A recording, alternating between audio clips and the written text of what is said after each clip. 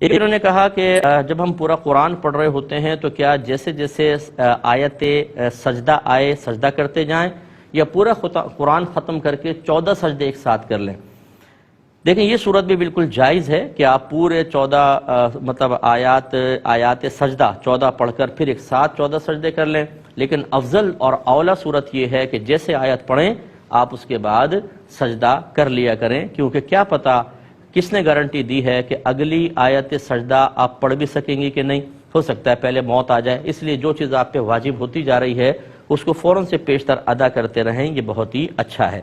ایک انہوں نے کہا کہ اس کی نیت کس طرح کریں گے؟ بس آپ دل میں نیت کر لیں کہ میں اس آیت کا سجدہ ادا کر رہا ہوں، یا جو اس آیت کے پڑھنے کی وجہ سے سجدہ مجھ پر واجب ہوا میں اس کو ادا کر رہی ہوں۔ زبان سے کہنے کی کوئی حاجت نہیں ہوتی، دل میں پختہ ارادہ کافی ہے۔ اس میں کوئی ہاتھ وغیرہ نہیں اٹھائیں گے،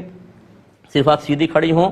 اللہ اکبر کہہ کے سجدے میں جائیں اور ایک سجدہ بس کرتے ہیں اس کا، تو اس میں تسبیحات پڑھیں، اور اس کے بعد اگر سیدھی کھڑی ہو جائیں تو بہت ہی اچھا ہے، ورنہ اگر سجدہ کر کے آپ بیٹھ جائیں کافی ہے، اس میں سلام وغیرہ نہیں پھیرا جاتا۔ تو آپ کے باقی کویسچنز کا بھی جواب ہو گیا۔